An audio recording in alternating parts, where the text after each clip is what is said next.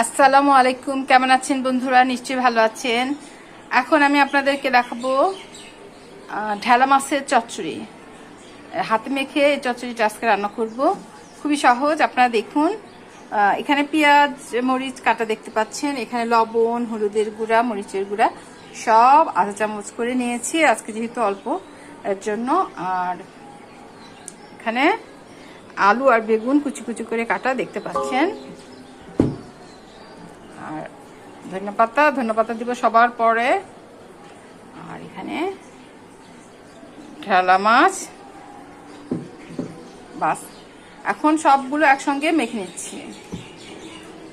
দেখুন, পেঁয়াজ, আলু আর বেগুন কাটা দিয়ে দিলাম। এখন সবগুলো একসঙ্গে মেখে দিয়ে দিব।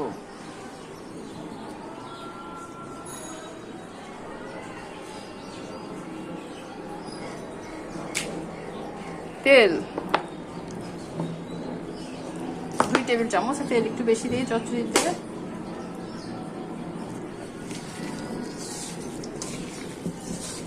দেখছেন, মেখে নিচ্ছি।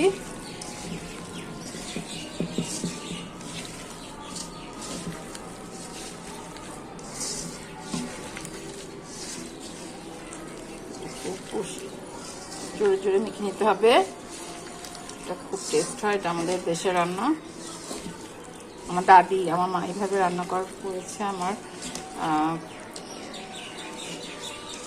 আমরা ওইভাবে রান্না করা শিখেছি।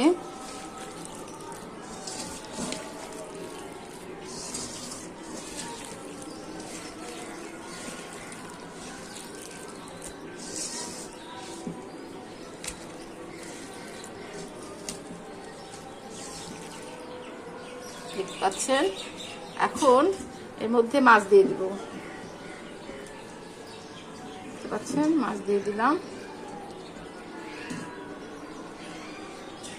এখন উপর দিয়ে ধনেপাতা দিয়ে দিলাম। দেখতে পাচ্ছেন। এখন পানি দিয়ে দিতে হবে। এখন এখানে প্রায় আধা মগ পানি দিয়ে দিলাম, এর বেশি লাগবেই না। এটা যখন এখন চচ্চড় হয়ে যাবে তখনই এই মাছের ভুনা হয়ে যাবে। এটা ঢেকে দিতে হবে। এখন যে গা মাখা চচ্চড়ি হয়ে যাবে। চচ্চড় আওয়াজ হলেই এটা চচ্চড়ি হয়ে যাবে। এখন দেখতে পাচ্ছেন।